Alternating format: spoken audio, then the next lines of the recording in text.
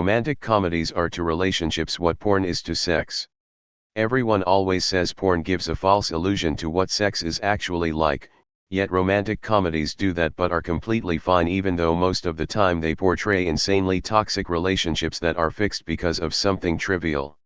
I don't know about this as an unpopular opinion, but it's a good metaphor that I hadn't thought of before. People need to realize there's a difference between fantasy and reality. Action heroes IRL would be terrorists and homicidal maniacs too. That doesn't mean these genres don't have entertainment value. It's escapism. Adding to Op's post, romance novels are fetish porn. Life is never like that. More of a shower thought. Movies are to real life what porn is to sex. I had a romantic comedy relationship one time, met her in Mexico on a drunken night playing bag toss on the beach, in the light of an awesome bonfire the resort had put on. We laughed, we danced, we drank. I asked her for a moonlight swim, naked of course. She joked and deflected.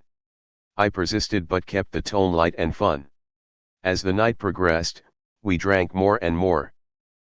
Having the most magical time, I couldn't believe my luck meeting someone so beautiful and amazing in Mexico, and we were both single.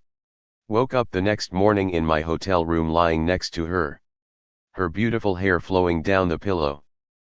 I couldn't remember what happened at all after some point. But this is a good sign. We are in bed together naked and it was the next morning. I roll over and wrap my arms around her as she quietly stirs. I run my hand past her midsection just as a casual graze by, thinking of sparking some morning fun. And my hand touched on something I am only used to feeling when I have to go pee. I looked under the sheets and yeah, there it was, and it was uncircumcised. I looked up at her face, his face, and it was the person I remember. To this day I don't know who went into who. I try and not think about it.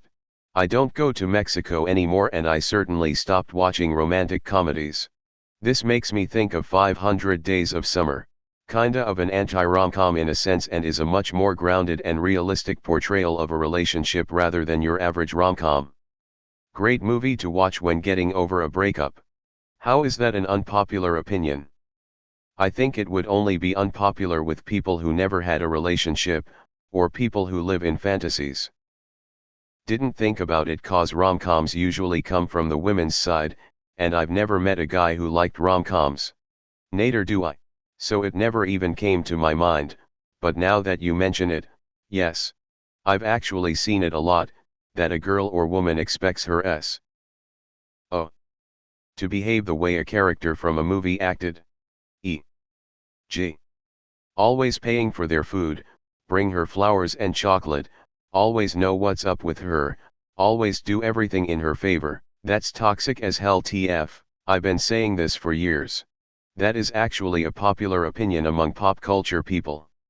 Netflix has left the chat. The entire romance genre itself is not set in reality. Books, movies, what have you, none of them are set in reality. Sorry Karen, but meeting a real Prince Charming is so slim to none. You have a better chance winning the Powerball, and setting that as your standards isn't a good idea.